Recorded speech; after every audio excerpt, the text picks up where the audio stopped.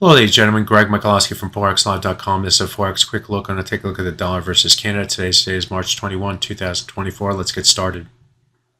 When I look at the 4-hour chart of this currency pair, I think crowded. I also think that there's a modest up bias for this pair.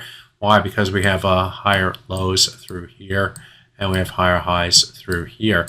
The thing is that though it's not racing in either direction. There's lots of ups and downs in the pair, and admittedly the high price that we just saw in trading this week extended above the high prices that we saw through here, but only by a very little, and then we reestablished the old highs right through here over the last 4 trading weeks and pushed up back to the downside after the FOMC rate decision yesterday sent the US dollar to lower.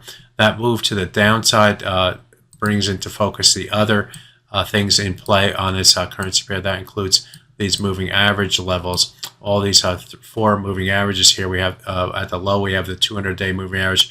In the middle we have the 200 bar moving average on the 4-hour chart. That's this green line, and the 100-day moving average. That's this blue line right here. And just above that we have the 100 bar moving average on the 4-hour chart right here.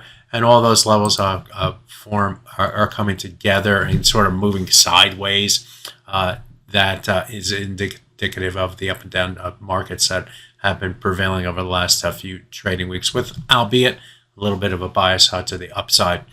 Now, in order for this the bounce off of this low to continue in trading here today, we need to get above those moving averages, including the 100 bar moving average. That's the last one that needs to get broken here at 1.35297.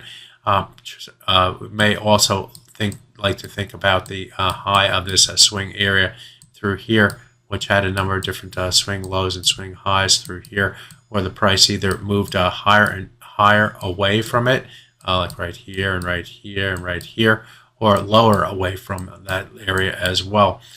So all these levels are levels that came within that area, and you can see it looks like a chart of planes on a radar across the United States or whatever country you live in, and so there's lots of levels within this area between the 135.26 and 135.42 level.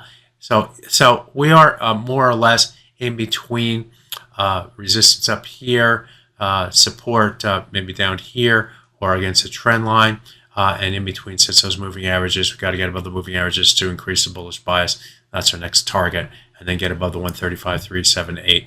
That would increase the bullish bias. Absent that, and the bias would still be in more in favor of the sellers, especially if we can get below the 100-day moving average again and get back below the 200-day moving average. Then we look back down toward 38.2% retracement back toward this trend line.